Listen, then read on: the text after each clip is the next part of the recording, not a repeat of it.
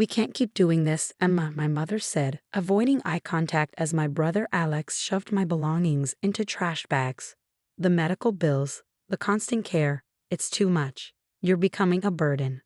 I sat in my wheelchair, still adjusting to my new reality after the rock climbing accident that had temporarily paralyzed my legs. The doctors were optimistic about recovery with proper therapy, but my family had other ideas. But Mom, I just need a few months, I pleaded, watching as Alex carelessly tossed my photos and books into bags. The doctor said with rehabilitation. We're not a hospital, she cut me off sharply. Your brother needs the spare room for his home office, and we can't keep carrying you up and down the stairs. The irony wasn't lost on me. For years, I'd been the family's support system. I'd helped pay for Alex's college when my parents couldn't afford it, using my savings from teaching outdoor survival courses. I postponed my own dreams to care for Dad during his heart surgery. Now, 3 weeks after my accident, they couldn't wait to get rid of me. Alex didn't even look at me as he zipped up the last bag. I called Aunt Marie, Mom announced. She has a small guest room. It's not much, but... No, I said quietly, pulling out my phone. I'll figure something out. They seemed relieved at my refusal, eager to wash their hands of responsibility. What they didn't know was that I had been preparing for this moment. I'd seen the way they looked at me since the accident, like I was damaged goods, a disappointment to their perfect family image. What they also didn't know was that my accident had happened while I was testing a new route for my wilderness survival program. The same program that had caught the attention of a major outdoor adventure company 3 months ago. I kept the negotiations quiet, not wanting to jinx the deal. I've called a car service, I said, my voice steady. They'll be here in 20 minutes. Don't be dramatic, Emma, Mom sighed. Where will you go? You can barely take care of yourself. I looked around my childhood room, now stripped bare except for my wheelchair and the bags of hastily packed belongings. I'll manage. I always have. The car service arrived. Not the regular taxi they expected, but a specialized vehicle equipped for wheelchair transport. Their surprise at this small sign of competence was almost comical. Emma, Alex finally spoke, his voice uncertain. Maybe we should discuss this. Now you want to discuss it. I wheeled myself toward the door. After you've packed my life into garbage bags. The driver was professionally efficient, helping me into the vehicle while my family stood awkwardly on the porch. Mom kept glancing at the neighbors' houses, probably worried about appearances. At least tell us where you're going, she called out. I smiled, thinking of the apartment I'd secretly leased last week, a fully accessible unit in a luxury building downtown. The same building where I'd had my final meeting with the adventure company's executives before my accident. Don't worry about me, I said as the driver secured my wheelchair. I'm sure you'll hear all about it soon enough. As we drove away, I caught a last glimpse of their faces in the rearview mirror. They looked confused, maybe even a little worried. They had expected me to break down, to beg to accept their dismissal of my worth because of my temporary disability. What they didn't realize was that my accident hadn't just changed my body, it had opened my eyes. While lying in that hospital bed, I'd finalized the biggest deal of my career. The contract was signed 2 days before they decided to throw me out. My phone buzzed with a message from the company's CEO. Everything's set for the announcement next week. The media is excited about our new adaptive adventure program director. I typed back a quick confirmation, then silenced my phone as messages from Mom started pouring in. They'd have to wait. I had rehabilitation exercises to focus on, and a groundbreaking program to launch. Let them think they'd abandoned me to struggle. In 3 months, when the program launched and my story hit the media, they'd realize exactly what they'd thrown away. The driver caught my eye in the rearview mirror. You okay back there, miss? I smiled, feeling stronger than I had in weeks. Never better. Sometimes being kicked out is exactly the push you need. 3 months passed faster than I expected. Between intensive physical therapy sessions and virtual meetings with my team, I barely had time to think about my family's betrayal. The luxury apartment became my sanctuary, its accessible design allowing me independence despite my temporary limitations. The rehabilitation center's staff were amazed at my progress. Your determination is remarkable, Dr. Santos commented during one session as I pushed through another set of exercises. Most patients take much longer to reach this stage. What she didn't know was that every time my muscles screamed in protest, I pictured my mother's dismissive face. Every time I wanted to quit, I remembered Alex carelessly tossing my belongings into garbage bags. Pain became my fuel, rejection my motivation. My phone had been quiet for weeks. After the initial flurry of guilty messages from Mom and a few half-hearted texts from Alex, they'd given up trying to contact me. I heard through Aunt Marie that they told everyone I was taking time to recover at a special facility, their way of saving face with neighbors and friends. The day before the big announcement, I received an unexpected visit. Sarah, my childhood best friend who lived next door to my parents, stopped by with news. "You won't believe this," she said, settling onto my couch. "Your mom's been bragging about Alex's promotion at the country club. Apparently, he's now regional manager at his firm." I wheeled myself to the kitchen, grabbing us both some tea. "Let me guess. They're planning a big celebration this Sunday. Your mom's invited half the neighborhood." Sarah hesitated. "She's telling everyone you're still too unwell to attend." I couldn't help but laugh. Perfect timing. "What do you mean?" I showed her the press release scheduled for tomorrow morning. Her eyes widened as she read, "Revolutionary Adaptive Adventure Program launches, led by accident survivor Emma Mitchell." "Emma," she gasped. "This is huge. The program, the funding. You're going to be on national news." I nodded, sipping my tea. "Tomorrow morning, every major outdoor and fitness publication will run this story. By Sunday's party, everyone will know exactly why I'm not attending." The next morning, everything exploded. My phone started buzzing at 7 a.m. as the news broke. The story was perfect. Young outdoor educator turns personal tragedy into triumph. Launching first-of-its-kind adaptive adventure program with major industry backing. My inbox flooded with interview requests from magazines and TV shows. Around noon, Aunt Marie called. "Your mother just saw the news," she said, trying to suppress her glee. "She's having quite the meltdown." "Oh," I kept my voice neutral.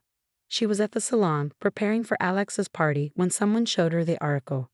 Apparently, she knocked over a whole tray of hair products. I could picture it perfectly. Mom, with her hair half done, trying to maintain composure as her carefully constructed narrative crumbled. The daughter she dismissed as a burden was now making headlines. The messages started pouring in. First from Alex. "Why didn't you tell us? We could have helped." Then from Mom. "Emma, honey, we need to talk. This is all a misunderstanding." I saved the best one, from Dad, who'd remained silent during my eviction.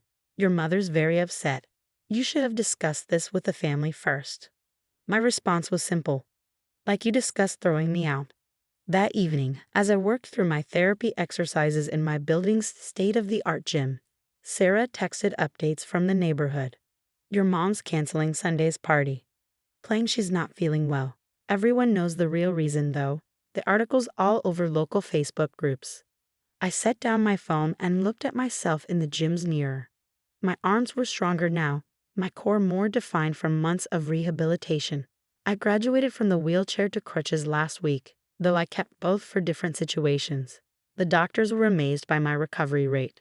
"Your body's response to therapy is exceptional," Dr. Santos had said during my last assessment. "But it's your mental strength that's truly remarkable." She was right. 3 months ago, I left my childhood home broken, not by my accident, but by my family's rejection.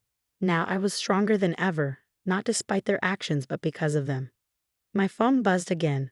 Another message from Mom. "Please, Emma, let's talk about this as a family. We can fix this." Fix this. As if my success was a problem that needed solving. As if my independence was a family crisis that required management. I wheeled myself to the floor-to-ceiling windows of my apartment, looking out at the city lights. Tomorrow, I'd give my first live interview about the program.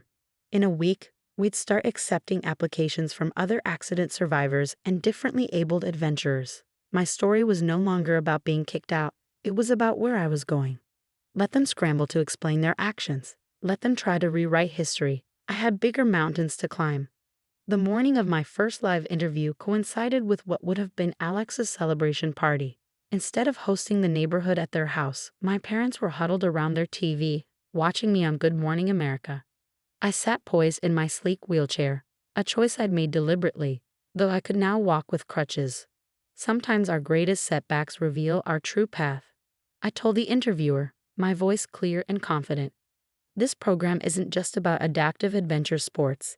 It's about showing people that limitations are often just invitations to innovate.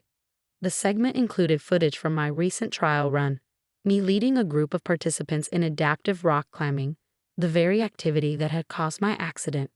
But now we had specialized equipment, safety protocols, and a team of trained instructors. And your own recovery has been remarkable, the interviewer noted. How did your family support system help with that? I smiled, ready for this question. Actually, my recovery taught me that sometimes we have to build our own support systems. Not everyone understands that disability doesn't equal inability. The subtle message wasn't lost on viewers. Social media exploded with supportive comments, many sharing their own stories of family rejection during difficult times. Later that afternoon, as I was reviewing applications for the program's first official session, my building's security called. Ms. Mitchell, your parents are here requesting access. I've been expecting this. Send them up. They arrived looking smaller somehow, less intimidating than they had 3 months ago. Mom's perfectly styled hair couldn't hide her nervous fidgeting. Dad's usual commanding presence seemed diminished. Emma, Mom started, her eyes darting around my expansive apartment. We've been trying to reach you. I know, I replied, gesturing to my comfortable seating area. Please sit. They perched awkwardly on my couch, taking in the adaptive modifications that made the space both accessible and elegant. Through my floor-to-ceiling windows, the city sprawled below us. A view that probably cost more than their entire house. Why did you tell us about the program? Dad finally asked. About the contract. Would it have changed your decision to throw me out? The silence was answer enough. We were worried. Mom tried. We didn't know how to handle the situation. So you decided not handling it at all was the answer. I maneuvered my wheelchair closer. You know what's interesting? When I was in a hospital, before you decided I was a burden, the company's CEO visited me. He said my accident made our program even more valuable. Now I could understand our future participants firsthand. Dad shifted uncomfortably. Were your parents, Emma? We deserve to know. Like I deserve to know you were planning to kick me out. Or did Alex's need for a home office outweigh my right to recover in my own home? The mention of Alex made Mom flinch. He's very sorry. The promotion. It's not working out as planned. I couldn't help but laugh. Let me guess. The company saw the news. They're not too happy about a manager who threw his disabled sister out of her home. More uncomfortable silence. Emma, Mom pleaded, we can fix this. Come home. We'll convert the downstairs study, make it accessible. I am home, I gesture around my apartment, and I don't need your space anymore. What I needed was your support, and you showed me exactly how much that was worth. Tears welled in Mom's eyes. We made a terrible mistake. Yes, you did. I agreed. But it taught me something valuable. Sometimes the people we expect to lift us up are actually holding us down. I wheeled myself to my desk, picking up some papers. These are applications from people like me, survivors, fighters, people who refuse to be defined by their challenges. That's my family now. Dad stood up, his voice gruff with emotion. What can we do? How can we make this right? I handed them a brochure for the program. You can start by understanding that disability doesn't make someone a burden.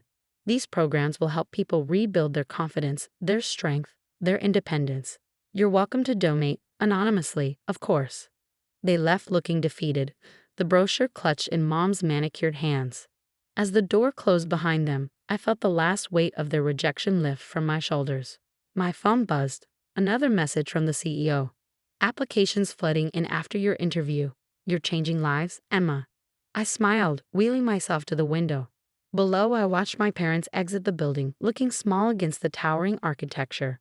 They'd thrown me away when I was at my lowest, never imagining I would soar to such heights. Let them live with that knowledge. Let them explain to their country club friends why they're not part of their daughter's success story.